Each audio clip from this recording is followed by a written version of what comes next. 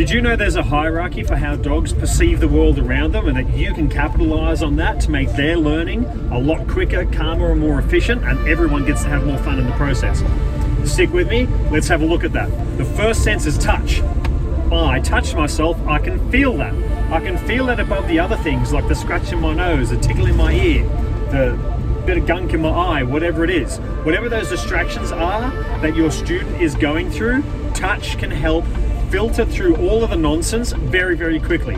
Touch is extremely important because it allows us to know when we're in danger. You simply don't finish sitting on a cactus. You don't touch a cactus needle and go, yes, I should poke that through my finger. You immediately jerk away.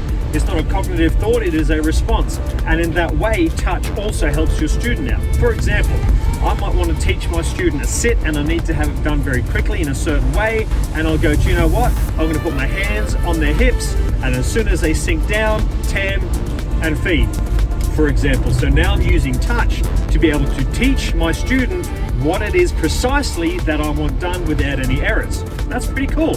When I'm going through the teaching phase and I'm starting to add some distractions or temptations in, what I can now do is, as we're walking past people, if I need to, I can grab a hold of the lead and I can put a bit of pressure on the lead. Touch is working on my student to help them go, oh, even now get back into the heel position. Too easy, it's done. The next one that we can work on is to tease, also known as luring. Instead of putting my hand on my student's butt, I might get some food into my hands and lure their face up. And as I'm luring their face up, their neck can only stretch so far before their hips have to sink. And that allows them to flex their head even further up, and they attain the sit position.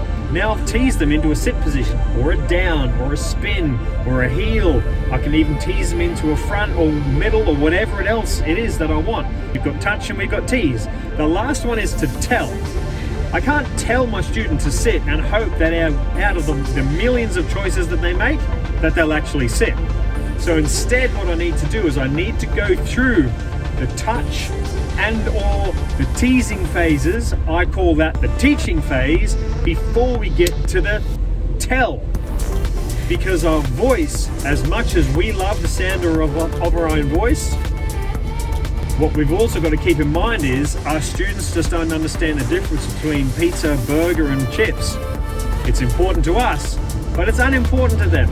They're not attuned to our voice and our signals the same way that we think they should be. Even when you're in the testing phase, you're going to find yourself going back from telling, you're going to go back to tease, and you're going to go back to touch until things are refined and things are good, and then you can go back to just using the telling aspect, what they can hear.